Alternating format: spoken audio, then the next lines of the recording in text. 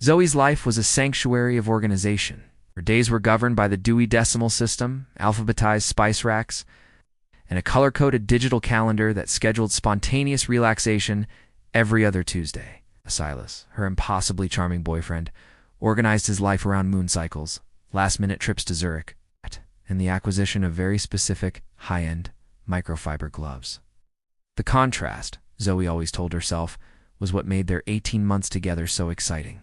She was the anchor, was the wild, unpredictable, and frankly suspicious current.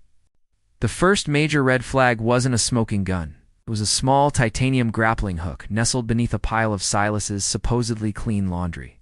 It looked expensive, sleek, and utterly out of place next to his vintage Star Wars t-shirt. It screamed cat burglary, not charming eccentricity.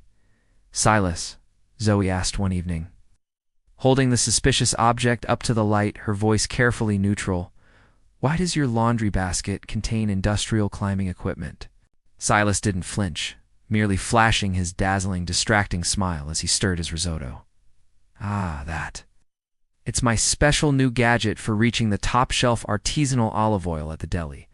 The deli is on the first floor, Silas, and the shelf is 5 feet high. It's a very good olive oil, Zoe," he insisted, his eyes twinkling.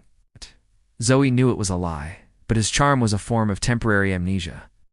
She let the matter drop, filing it mentally under Silas's quirky secrets. File for B, suspicious climbing gear. Silas claimed to be an international asset locator, a vague title that covered everything from tracking down lost family heirlooms to locating rare stamps. In reality, he flew to different continents, often in the middle of the night, wore designer black turtlenecks, and spoke 7 languages fluently, 3 of which Zoe was fairly certain were only spoken in Lord of the Rings. She knew she should worry. Her therapist certainly worried. But Silas was fundamentally good. He fed stray cats, he always called his mother, and he made her ridiculously happy. The second red flag was a coded invoice from a Parisian antique dealer, detailing a purchase labeled only "Midnight Access Tool Silent." Zoe, the archivist, couldn't leave it alone. Her research skills were her superpower. She used her meticulous methods to cross-reference his travel schedule with art news. Her stomach dropped when she matched his upcoming trip to Monaco with the high-profile, private auction of the legendary Grand Duke's ruby brooch. The brooch was currently housed in the extremely secure, impenetrable vault of the private collector, Lord Beaumont. "My boyfriend is an art thief, allegedly," she thought, the title of her own internal, high-stakes drama. She confronted him the next morning as he packed a slim black suitcase. "Tell me about the Grand Duke's ruby, Silas," she demanded, crossing her arms over her chest, trying to look imposing in her sensible bathrobe. Silas zipped his case, his eyes wide with feigned innocence. "Is that a new wine bar? Sounds fancy. We should go, don't you dare, Silas. Don't deploy the charm. I know you're going to Monaco, and I know what's happening there." His smile finally faltered, sighed, running a hand through his perpetually messy hair. "Okay, Zoe, you're too smart for your own good. I am going to Monaco. To steal the brooch," she finished, the words tasting like ash in her mouth. He looked offended, genuinely offended. "Steal? Zoe, please. I'm going to repatriate the brooch. It's an act of high-value asset relocation." He launched into a rapid explanation about how Lord Beaumont acquired the ruby illegally from a small European monarchy in the 1960s. "I'm just finishing a job for the legitimate royal family. Think of me as a morally ambiguous Robin Hood in a bespoke suit." Zoe's head spun. "You're telling me you're a freelance cat burglar working for royalty? Art recovery specialist?" he corrected gently. "It pays surprisingly well, and it's a rush. The rush of federal prisons, Silas. That's the rush you're heading for. You can't just relocate things that aren't yours." He promised her it was his last job, the biggest one, after which he'd retire and open a modest legal antique shop. "You've been promising that since you repatriated. It's that Ming vase from that questionable Texan billionaire. That vase was beautiful, Zoe, and the billionaire was using it as a chip bowl. It was a crime against ceramics." He protested dramatically. She realized arguing was useless. His moral compass was set to a different true north than hers. "I'm coming with you," she stated, surprising even herself. Silas laughed, a rich, genuine sound. My love, this isn't a museum tour. This is high-stakes espionage. You'd hate it. There's no filing system. I'm not letting you get caught because you forgot the escape route or misjudged the laser grid density. My archival mind is perfect for operational planning. You're adorable when you say operational planning, he said, pinching her cheek. She slapped his hand away. Shh. I'm serious, Silas. I go, or I call Interpol. Silas reluctantly agreed, under the strict condition that she would only be the eyes and ears from a safe distance. The next night, Zoe found herself in Monaco, crammed into a ridiculously tight sequined evening gown she had stress-bought. She looked, she thought, like a glamorous, terrified flamingo who had misplaced her library card. Her mission: attend the gala as his date and transmit real-time updates on security patterns from inside the palace.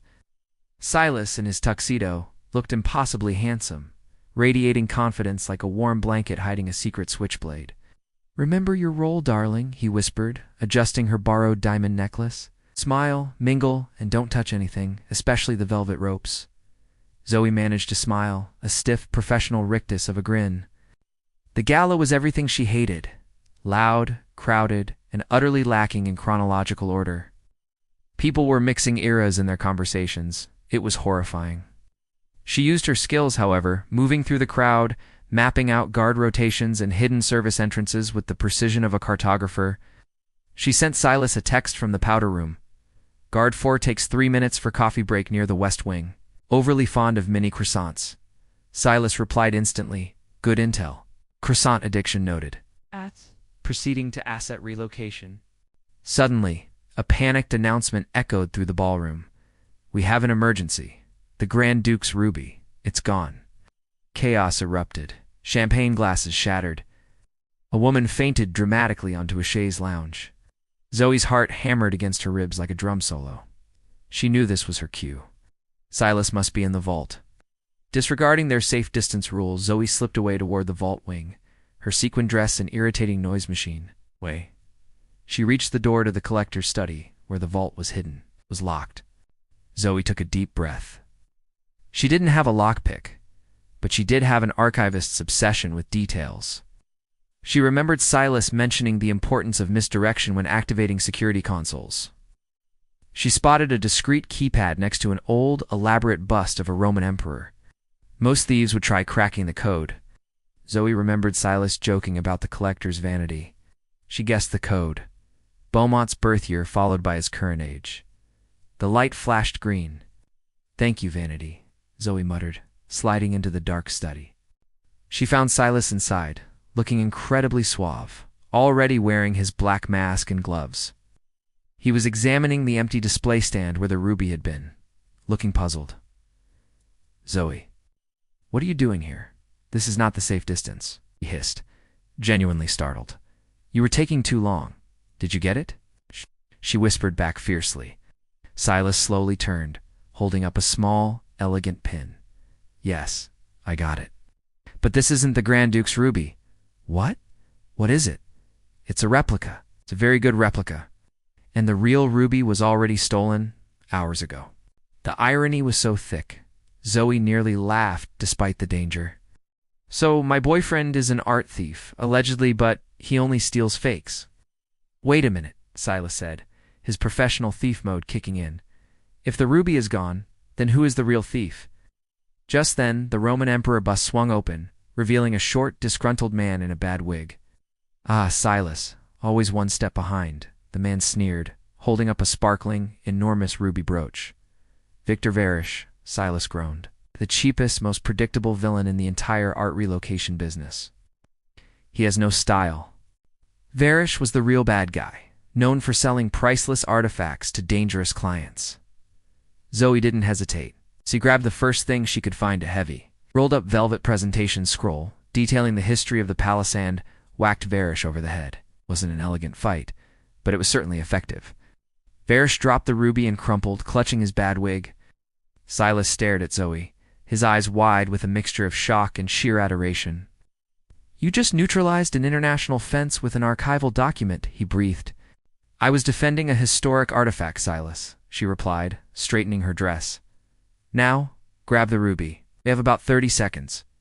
They grabbed the real ruby and scrambled out of the study, leaving Varish and the fake behind. They narrowly avoided security, ducking behind columns and using Zoe's mapping skills to navigate the service halls. They burst out the back entrance into the cool Monaco night air. Adrenaline coursed through Zoe. She felt more alive than she had ever felt, cataloging 18th century manuscripts. "You were magnificent," Silas said, pulling her into a tight, relieved hug. "My beautiful, terrifying archivist." "Never again, Silas," she declared, though she knew the declaration was mostly for herself. "You have to choose me. In a life where the dangers are at least plannable, or this perpetual hijinks drama."